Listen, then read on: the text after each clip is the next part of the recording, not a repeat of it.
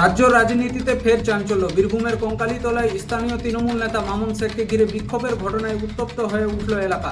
তার দিকে ডিম নিক্ষেপ, মারধরের অভিযোগ, এমনকি চোর চোর স্লোগান। সব মিলিয়ে এই ঘটনার ভিডিও ইতিমধ্যে সোশ্যাল মিডিয়ায় ব্যাপকভাবে ছড়িয়ে পড়েছে।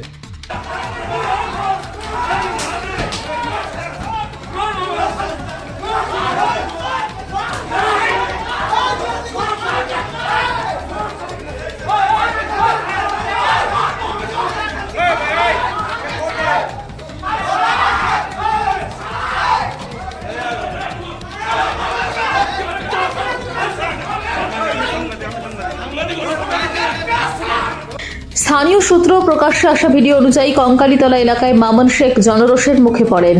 বিক্ষোভকারীদের একাংশ তার দিকে ডিম ছুড়ে মারেন। পাশাপাশি তাকে মারধরের অভিযোগও সামনে এসেছে এবং ঘটনাস্থলে চোর চোর স্লোগান শোনা যায়। ঘটনার পেছনে দুর্নীতির অভিযোগ ও কাটমানি ফেরতের দাবিকে কেন্দ্র করে মানুষের ক্ষোভ কাজ করেছে বলে বিভিন্ন দাবি সামনে এসেছে। তবে অভিযোগগুলির বিষয়ে সংশ্লিষ্ট পক্ষের বক্তব্য এবং প্রশাসনের আনুষ্ঠানিক অবস্থান কি তা জানা গুরুত্বপূর্ণ। উল্লেখ্য, সাম্প্রতিক সময়ে পশ্চিমবঙ্গের বিভিন্ন এলাকায় একাধিক রাজনৈতিক নেতাকে লক্ষ্য করে ডিম নিক্ষেপের ঘটনা সামনে এসেছে। এই ধরনের প্রতিবাদ রাজনৈতিক মহলে নতুন করে আলোচনা তৈরি করেছে।